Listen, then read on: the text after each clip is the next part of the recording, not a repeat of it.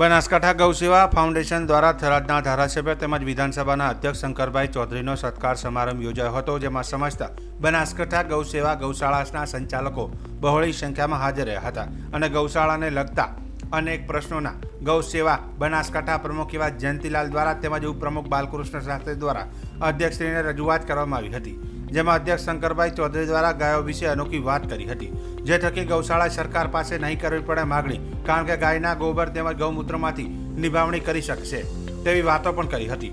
વધુમાં સરકાર સુધી ગૌ સંચાલકોની માગણીઓ પહોંચાડવાની વાત પણ કરી હતી। જય ગૌ માતા।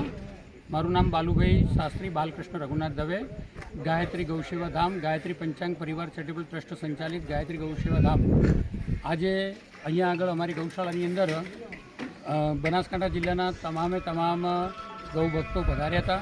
ગૌશાળા સંચાલકો, પાંજરાપોળ સંચાલકો બધા આવ્યા હતા અને એ બધાની ઉપસ્થિતિમાં આપણા લોકલાડીલા ધારાસભ્ય શ્રી શંકરભાઈ ચૌધરીનું બહુમાન કરવાનું હતું અને શંકરભાઈ ચૌધરીને ચૂંટાયા પછી અને પાછું એમને અધ્યક્ષપદ મળ્યું। આ બંને સારી વાતો હતી। એ સારી વાતોના એમને સારા આશીર્વાદ આપવા માટે સમસ્ત ગૌશાળા પાંજરાપોળ ફેડરેશન દ્વારા આ કાર્યક્રમ યોજાયો।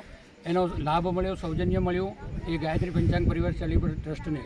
અને શંકરભાઈ સાહેબ પધાર્યા ખરી, આવીને અમારી બધી વાતો સાંભળી, ગૌશાળાઓ માટે પાંજરાપોળ માટે જે કંઈ કરવાનું છે એના માટે ઘટતું કરવા એમને બાંયધરી આપી છે કે મારાથી થશે એટલું સરકારમાં હું તમારી વાત પહોંચતી કરીશ અને સરકારશ્રીને જણાવીશ કે ગમે તેમ કરીને આ ગાયો માટે કંઈક કરવું જોઈએ। એમને પોતાના નોલેજ પ્રમાણે પણ ઘણી બધી સારી એવી વાતો કરી છે કે જેના દ્વારા ગૌશાળાઓ પોતાના પગ ઉપર સદ્ધર થઈ શકે, આત્મનિર્ભર થઈ શકે એવી પણ એમણે ઘણી બધી વાતો કરી છે અને એ બધી વાતોથી બધા જ ગૌશાળા અને પાંજરાપોળ સંચાલકો ખુશ થયા છે।